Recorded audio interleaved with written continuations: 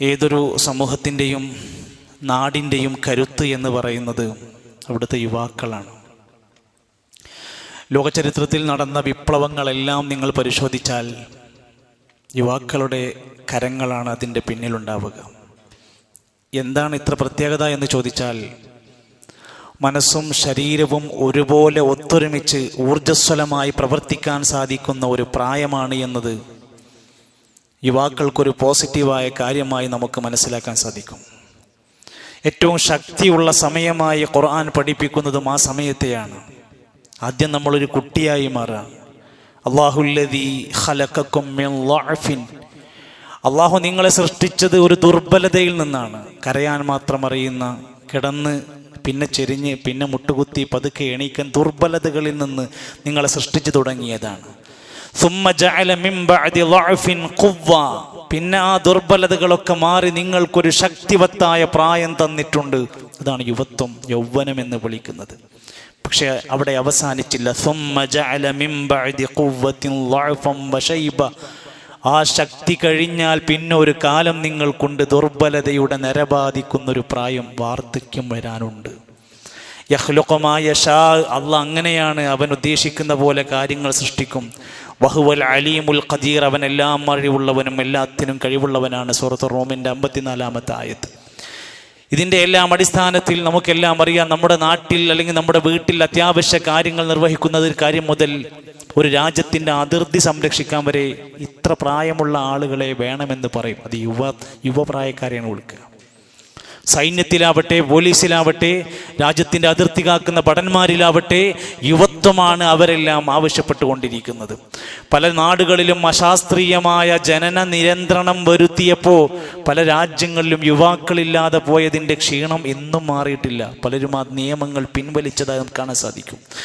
അതോടൊപ്പം തന്നെ ഈ ഒരു പ്രായമെന്ന് പറയുന്നത് ഇന്ന് നന്മയുടെ വാഹകരാകേണ്ടുന്ന ഈ പ്രായത്തിൽ തന്നെയായിരിക്കും തിന്മയുടെ ആളുകളും ഏറ്റവും കൂടാനുള്ളൊരു സാധ്യതയാണ്. അവർ എങ്ങനെയാണോ തെളിക്കപ്പെടുന്നത് അതിനനുസരിച്ച് പോകുന്ന പ്രായമാണ്. കൂടെ ഉള്ളവരൊക്കെ ഒരു ബാഡ് ഐറ്റംസിൽ പെട്ടവരായി മാറിയാൽ എൻ്റെ പ്രിയപ്പെട്ടവരെ, നമ്മുടെ മക്കളും ആ കൂട്ടത്തിൽ കയറിപ്പോവും. നല്ല അന്തരീക്ഷം കിട്ടി നല്ലൊരു അറ്റ്മോസ്ഫിയറിൽ പോണവരാണോ ആ യുവ കൂട്ടായ്മ, ആ കൂട്ടത്തിൻ്റെ ഇടയിൽ അവനും നന്നായിട്ട് പോവും. ഏതിലേക്കും തെളിച്ചു കൊണ്ടുപോകാൻ പറ്റുന്നൊരു സമയമാണ് എന്നർത്ഥം. ഇന്ന് യുവാക്കൾക്കിടയിൽ കാണുന്ന ഏറ്റവും വലിയ വരൾച്ച ആത്മീയ വരൾച്ചയാണ് എന്ന് ആദ്യം നമ്മളെല്ലാവരും തിരിച്ചറിയണം. നമ്മുടെ പള്ളിയിൽ നമസ്കരിക്കാൻ വരുന്ന നിറഞ്ഞു നിൽക്കുന്ന സഫിൽ ഒരുപാട് യുവാക്കൾ നമ്മൾ കാണുന്നു. അവർക്ക് എന്താണ് കുറവ് എന്ന് ചോദിച്ചാൽ അവർക്കൊരു ആത്മീയതയുടെ കുറവാണ് ഏറ്റവും അവരെ ബാധിച്ചു കൊണ്ടിരിക്കുന്നത്. ചെയ്യുന്ന ഇബാദത്തുകളിൽ, ജീവിതത്തിൻ്റെ വിശുദ്ധമായ രംഗങ്ങളിൽ, അവരുടെ സ്വന്തം മാതാപിതാക്കളോട്, കുടുംബത്തോട്, ഭാര്യയോട്, കുട്ടിയോട് പെരുമാറുന്ന രൂപത്തിൽ, സാമ്പത്തിക ക്രയവിക്രയങ്ങളിൽ അവർക്കറിവില്ല എന്താണ് ഞാനിത് ചെയ്യേണ്ടത് എന്ന്. ഇവിടെ നിന്നുകൊണ്ടാണ് ഇസ്ലാം പറഞ്ഞത് ശ്രദ്ധിക്കേണ്ട പ്രായമാണ് യുവത്വം. അവൻ്റെ പ്രായത്തിൽ ഏറ്റവും കൂടുതൽ വാർദ്ധക്യം വരുന്നതിൻ്റെ മുമ്പ് യുവത്വം ശ്രദ്ധിക്കണം. അത് കഴിഞ്ഞു പോയിട്ട് പിന്നെ വിലപിക്കരുത്.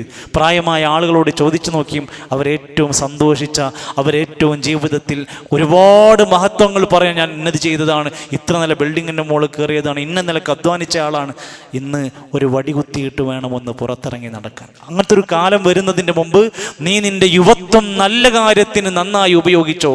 മറ്റൊരു ഹദീസിൽ റസൂലുള്ളാഹി സ്വല്ലല്ലാഹു അലൈഹി വസല്ലം പറഞ്ഞു, മനുഷ്യൻ്റെ ആ അനുഗ്രഹങ്ങൾ ലഭിച്ചതിൽ അല്ലാഹ് പ്രത്യേകം ചോദ്യം ചെയ്യപ്പെടുന്ന പ്രായമാണ് യുവത്വം.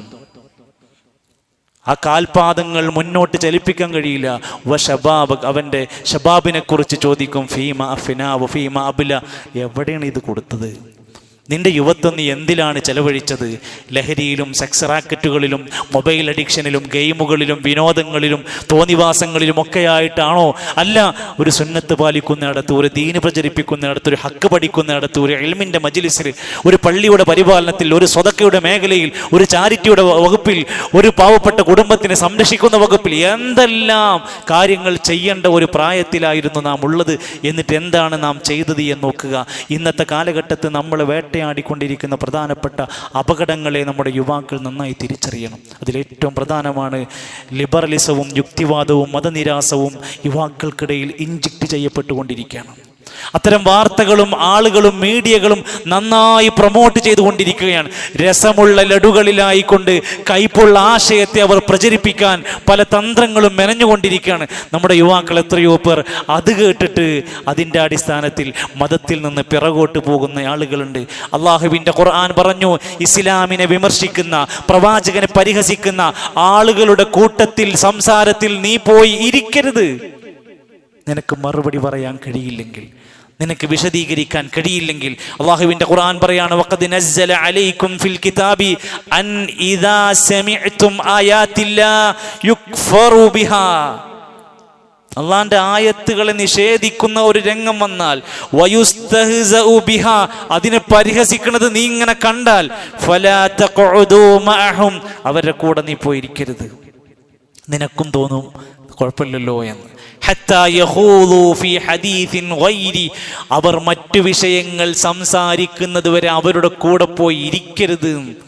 അത്ര ഗൗരവത്തോടെ കാണണം. മീഡിയകൾ പല നിലക്കുമുള്ള ഇത്തരം സംഭവങ്ങൾ പുറത്തു കൊണ്ടുവരുമ്പോൾ വിമർശനങ്ങൾക്ക് മറുപടി പറയാനും എഴുതുവാനും സംസാരിക്കുവാനുമാണ് നാം ഉണ്ടാകേണ്ടത്. നമ്മുടെ മതത്തിനൊരു പ്രത്യേകതയുണ്ട്, ഇതിൽ ബാത്തിലില്ല. അള്ളാന്റെ കലാമിലെ, പ്രവാചകന്റെ ജീവിതത്തിൽ ബാത്തിലായതൊന്നും കടന്നു വരൂല.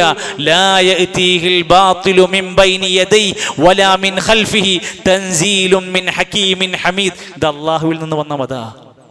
ഈ സന്ദേശങ്ങൾ അള്ളാഹുവിൽ നിന്ന് അവതരിപ്പിക്കപ്പെട്ടതാ. ഇതിൻ്റെ പേരിൽ ഒരാളും നിരാശപ്പെടേണ്ടി വരൂല. ഇതിൽ പറഞ്ഞത് മുഴുവൻ ഹക്കാണ്, ലോകത്ത് എന്നും ജ്വലിച്ചു നിൽക്കുന്നതാണ് എന്നർത്ഥം. അതോടൊപ്പം പ്രിയപ്പെട്ട യുവാക്കൾ, നമ്മുടെ നാടിൻ്റെ പൾസറിഞ്ഞ് സ്പന്ദനം അറിഞ്ഞുകൊണ്ട് പ്രവർത്തിക്കേണ്ടവർ, നമ്മുടെ ചിന്തയും വിവേകവും ബുദ്ധിശേഷിയും എന്തിലേക്ക് കൊടുക്കുന്നു എന്നിരുന്ന് ചിന്തിച്ചു വയ്ക്കും. നമ്മുടെ തലച്ചോറിനെ, ചിന്തകളെ, വിവേകത്തെ, പക്വതയെ നശിപ്പിക്കുന്ന പലതുമാണ് നമ്മുടെ കൈകളിലേക്ക് ഇന്ന് തന്നിരിക്കുന്നത്. നമ്മുടെ ഡാറ്റകൾ തീരുന്നത് വരെ നമ്മൾ കാണുന്നത് എന്തിനെക്കുറിച്ചാണ്? നമ്മുടെ ബുദ്ധിയെ വല്ലതും വികസിപ്പിക്കുന്നതാണോ? നമുക്ക് എന്തെങ്കിലും നല്ലൊരു ബൂസ്റ്റിംഗ് തരുന്നതാണോ? ഒന്നുമില്ല. ഒരുപാട് പൊട്ടക്കഥകൾ നിറഞ്ഞ ഒരു ലോകത്ത് എന്തൊക്കെയോ കണ്ട് ജീവിച്ചു കൊണ്ടിരിക്കുന്ന, അതാണ് ജീവിതം. റീൽസ് എടുക്കാൻ വേണ്ടി ട്രെയിനിന് മുകളിൽ കയറി ജീവൻ നഷ്ടപ്പെട്ട ചെറുപ്പക്കാരുടെ കഥ, ജീവൻ നഷ്ടപ്പെട്ടു പോയ അവസാനത്തെ ഫോട്ടോകൾ എടുത്തിട്ട് ആ വീഴുന്ന ഫോട്ടോ വരെ ക്ലിക്ക് ചെയ്തിട്ട് ഡാമുകളിലേക്ക്, വെള്ളത്തിന്റെ ഒഴുക്കുകളിലേക്ക് ചെന്നുപെട്ട അപകടകരമായ യുവാക്കളുടെ എത്ര വാർത്തകളാണ് നമ്മൾ കേട്ടുകൊണ്ടിരിക്കുന്നത്. പ്രിയപ്പെട്ടവരെ, ഒരു മുസ്ലിമായ ഞാനും നിങ്ങളുമൊക്കെ നമ്മുടെ ജീവിതത്തിൽ ഒന്നാലോചിച്ചു നോക്കൂ. ഇസ്ലാമിന്റെ വിമർശനങ്ങൾ ശക്തമായ നബി സല്ലല്ലാഹു അലൈഹി വസല്ലമയുടെ കാലഘട്ടത്തിൽ അന്നത്തെ യുവാക്കൾ എന്തിനായിരുന്നു സമയം കൊടുത്തത്, ചിന്ത കൊടുത്തെന്നറിയോ? നബി സല്ലല്ലാഹു അലൈഹി വസല്ലമയെ പ്രൊട്ടക്ട് ചെയ്യാൻ, പ്രവാചകനെ പരിരക്ഷിക്കാൻ. മഹാനായ അബൂബക്കർ സിദ്ദീഖ് റളിയല്ലാഹു അൻഹു 30 വയസ്സ് പ്രായമുള്ളപ്പോൾ നബി സല്ലല്ലാഹു അലൈഹി വസല്ലമയുടെ കൂടെ ചേർന്ന് നിന്നിട്ട് വളരെ പക്വമായി പ്രവാചകന്റെ കൂടെ, പ്രവാചകന് എതിരെ വരുന്ന വിമർശനങ്ങൾക്ക് മറുപടി പറയാനും, ശരീരം കൊണ്ട് പ്രതിരോധം തീർക്കാനും, ആരോഗ്യം കൊണ്ട് ഇസ്ലാമിന് കരുത്ത് കൊടുക്കാനാണ് യുവാവായ അബൂബക്കർ സിദ്ദീഖ് റളിയല്ലാഹു അൻഹു ശ്രമിച്ചത്. മഹാനായ ഉമർ ബിൻ ഖത്താബ് റളിയല്ലാഹു അൻഹു ഇസ്ലാം സ്വീകരിച്ചപ്പോൾ കൊടുത്തിരിക്കുന്ന പ്രായം 35 വയസ്സ്. എന്നിട്ട് മക്കയിലുള്ള അങ്ങാടിയിൽ പുറത്തിറങ്ങിയിട്ട് ചോദിക്കുന്നുണ്ട്, തടുക്കാൻ ധൈര്യമുള്ള, തല്ലാൻ ധൈര്യമുള്ള, ശരീരത്ത് തൊടാൻ ധൈര്യമുള്ള ആരെങ്കിലും ഉണ്ടെങ്കിൽ വരെ, ഞങ്ങളും മുഹമ്മദും മനിയായികളും ഇവിടുന്ന് ഹിജറ പോവുകയാണ്, തടുക്കാൻ ധൈര്യമുള്ള, മുലപ്പാല് പറ്റാത്ത കുട്ടികളുണ്ടെങ്കിൽ വരെ. അത്ര ശക്തമായ ഭാഷയിൽ സംസാരിച്ചിട്ട് അന്തസ്സുയർത്തിപ്പിടിച്ച് മുസ്ലിങ്ങളുടെ ഇസ്സത്തിന് കൊടുത്ത പ്രായമായിരുന്നു 35 വയസ്സ്. നമ്മൾ എവിടെയാണ്? നമ്മൾ എന്തിലാണ്? ചരിത്രം വീണ്ടും പറയാണ്. മഹാനായ ഉമർ ഖത്താബ് റളിയല്ലാഹു അൻഹുവിന്റെ ചരിത്രത്തെ ഓർമ്മപ്പെടുത്തി, അലി റളിയല്ലാഹുവിന്റെ ചരിത്രം ഓർമ്മപ്പെടുത്തി ഗ്രന്ഥകാരന്മാർ പറയാണ്, നബി സല്ലല്ലാഹു അലൈഹി വസല്ലം ഹിജറ പോകാൻ നിൽക്കുമ്പോൾ ആ കട്ടിലിൽ ഒരാൾ പകരം കിടക്കണം. ആ പകരം കിടക്കുന്ന വ്യക്തിനെ ചിലപ്പോൾ നബിയാണെന്ന് കരുതി വധിക്കാൻ സാധ്യതയുണ്ട്. അപ്പോൾ ഒരാൾ എഴുന്നേറ്റ് നിന്നു. അത് ഞാൻ. ആരാണ്? അലി ഇബ്നു അബീ ത്വാലിബ് റളിയല്ലാഹു അൻഹു. 15 വയസ്സിൽ താഴെ പ്രായമുള്ള അലി റളിയല്ലാഹു അൻഹു ആ കട്ടിലിൽ കടക്കാനുള്ള അസാമാന്യ ധൈര്യം കാണിച്ചത് പ്രവാചകനെ പ്രൊട്ടക്ട് ചെയ്യാനാ, ഇസ്ലാമിനെ സംരക്ഷിക്കാനാ. നബി ഇവിടുന്ന് പോയതാരും അറിയാതിരിക്കാനാ. ബദറിന്റെ ചരിത്രം പഠിച്ചോ നിങ്ങൾ?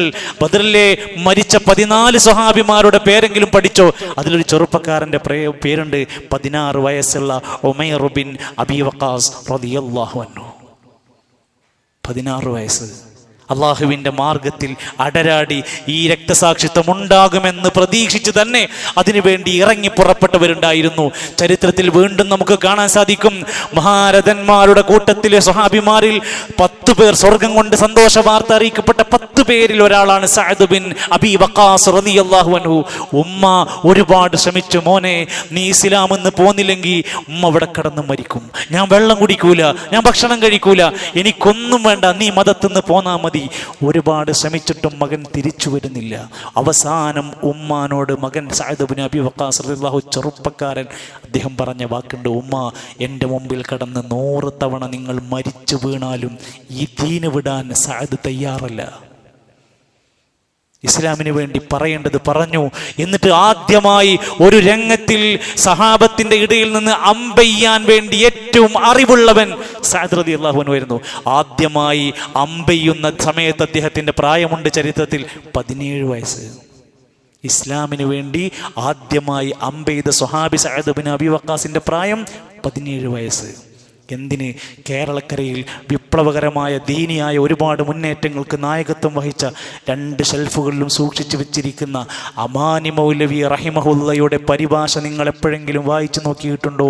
15 കൊല്ലം തൻ്റെ പ്രിയപ്പെട്ട പ്രായം അള്ളാൻ്റെ കലാമ് പഠിച്ച് വിശദീകരണം ഭൂലോകർക്ക് കൊടുക്കാൻ വേണ്ടി സമയം കൊടുത്തവരുടെ അനുയായികളാണ് ഞാനും നിങ്ങളുമെങ്കിൽ നമ്മുടെ യൗവനവും പ്രായവും ചോരത്തിളപ്പും പൈസയും പണവും പ്രതാപവും സാലറിയും ബിസിനസ് അക്കൗണ്ടിലെ പ്രോഫിറ്റുകളുമൊക്കെ ഏത് വഴിയിലാണ് പോകുന്നത് എന്നും എൻ്റെ ഊർജവും കഴിവും ശേഷിയും ഞാൻ ആർക്കാണ് കൊടുക്കുന്നത് എന്നും സ്വയം ഒന്ന് വിലയിരുത്തി ഇനിയുള്ള നാളുകളിൽ നല്ല ശക്തമായ ദീനീ രംഗത്ത്, ദഅ്വാ രംഗത്ത് അള്ളാഹുവിൻ്റെ ദീനിനെ ശക്തിപ്പെടുത്തുന്ന രൂപത്തിൽ ധാരാളം അറിവുള്ളവരാകാൻ, അതുപോലെ നാടിനുപകരിക്കുന്ന, മഹലിനുപകരിക്കുന്ന, ബാപ്പാക്ക് ഉമ്മാക്ക് തണലിട്ട് കൊടുക്കാൻ പറ്റുന്ന ഭാര്യയ്ക്ക് ഏറ്റവും മാതൃകയുള്ള ഒരു നല്ല ഒരു ഭർത്താവായി മാറാൻ പ്രിയപ്പെട്ടവരെ, സ്വഹാബത്തിൻ്റെ ചരിത്രം വായിച്ചു നോക്കൂ നിങ്ങൾ. നബി സല്ലല്ലാഹു അലൈഹി വസല്ലമക്ക് 11 ഭാര്യമാരുണ്ടായിരുന്നു. ഒറ്റ ഭാര്യയുള്ള നമ്മളവസ്ഥ ആലോചിച്ച് നോക്കും. 11 ഭാര്യമാരോട് ചോദിച്ചിട്ടുണ്ട്, ഞാൻ നിങ്ങൾക്ക് എന്തെങ്കിലും പ്രയാസം ഉണ്ടാക്കിയിട്ടുണ്ടെങ്കിൽ നിങ്ങൾ പറയണം. ഒരാളും പറഞ്ഞിട്ടില്ല. അവസാനം മരിക്കുമ്പോൾ നബി തങ്ങളുടെ കൂടെ 9 ഭാര്യമാരാണല്ലോ ഉണ്ടായിരുന്നത്. ആ ഭാര്യമാരോട് ജീവിതം അവർ പറയുന്നുണ്ട്. രാവിലെ സുബ്ഹ് കഴിഞ്ഞാൽ എല്ലാ ഭാര്യമാരുടെയും വീട്ടിലേക്ക് ഒന്നിങ്ങനെ പോയി എല്ലാ വിവരങ്ങളൊക്കെ ചോദിച്ച് വർത്താനൊക്കെ പറയും. എന്നിട്ട് അന്നത്തെ ദിവസം ആരാണോ ആ ഭാര്യൻ്റെ വീട്ടിലേക്ക് താമസിക്കും. വൈകുന്നേരം രാത്രി കിടക്കുന്നതിന് മുമ്പ് വീണ്ടും ഒരു റൗണ്ട് അടിക്കും. എല്ലാ ഭാര്യമാരോടും വിഷയങ്ങൾ അന്വേഷിച്ച് കാര്യങ്ങൾ മനസ്സിലാക്കി പോകും. എന്നിട്ട് അന്ന് രാത്രി താമസിക്കേണ്ട വീട് എവിടെയാണോ അവിടെ താമസിക്കും. അവസാനം സുഖമില്ലാതെ കിടക്കുന്ന സമയത്ത് തൻ്റെ പ്രിയപ്പെട്ട ഭാര്യമാരൊക്കെ വിളിച്ചിട്ട് അനുവാദം ചോദിക്കുകയാണ്, ഞാൻ ആയിഷ ബീവിൻ്റെ വീട്ടിൽ കിടക്കുന്നത് കൊണ്ട് നിങ്ങൾക്ക് എന്തെങ്കിലും വിരോധമുണ്ടോ? ഒന്നാലോചിച്ച് നോക്കണം നിങ്ങൾ. എന്താ അതിൻ്റെയൊക്കെ ആവശ്യം എന്ന് ചോദിക്കും. തൻ്റെ ഭാര്യ എന്ന നിലക്ക് ചെയ്യേണ്ടുന്ന ബാധ്യതകൾ വിസ്മരിച്ചില്ല.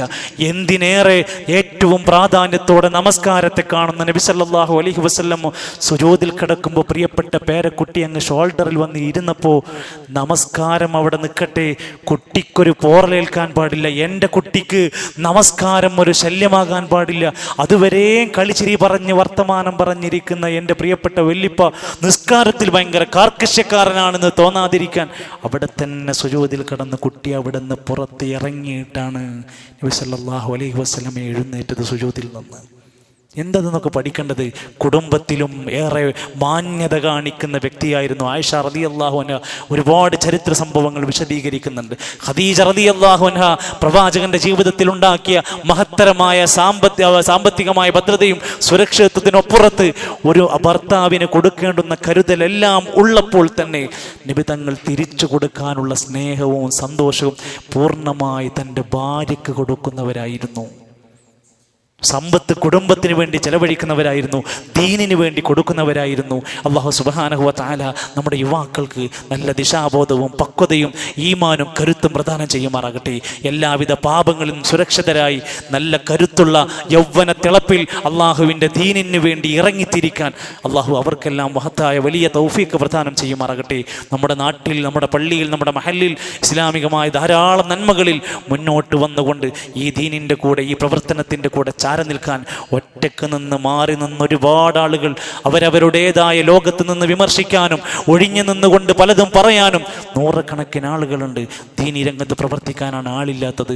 നമ്മൾ ഓരോരുത്തരും നമ്മുടെ ദൗത്യം മറന്ന് നമ്മളൊക്കെ ഓരോ മൂലകളിലേക്ക് മാറി നിന്നാൽ, ഒഴിഞ്ഞു നിന്നാൽ ഇവിടെ നശിപ്പിക്കുന്നത് ഒരു തലമുറയെയാണെന്ന കരുത്തുറ്റ ബോധം നമ്മൾ വളരേണ്ടതുണ്ട്. അള്ളാഹുവിൻ്റെ ദീനിനെ സഹായിക്കാൻ, അള്ളാഹുവിൻ്റെ ദീനിൻ്റെ കൂടെ നിൽക്കാൻ, ഈമാനോടെ മരിക്കാൻ അള്ളാഹു തൗഫീഖ് നൽകുമാറാകട്ടെ. സുബ്ഹാനക അല്ലാഹുമ്മ വബിഹംദിക് അഷ്ഹദു അല്ലാ ഇലാഹ ഇല്ലാ അൻത അസ്തഗ്ഫിറുക വഅതൂബു ഇലൈക് വജസാകുമുല്ലാഹു ഖൈറ. സുബ്ഹാനക അല്ലാഹുമ്മ വബിഹംദിക് അഷ്ഹദു അല്ലാ ഇലാഹ ഇല്ലാ അൻത അസ്തഗ്ഫിറുക വഅതൂബു ഇലൈക്. അസ്സലാമു അലൈക്കും വറഹ്മത്തുള്ളാഹി വബറകാതുഹു.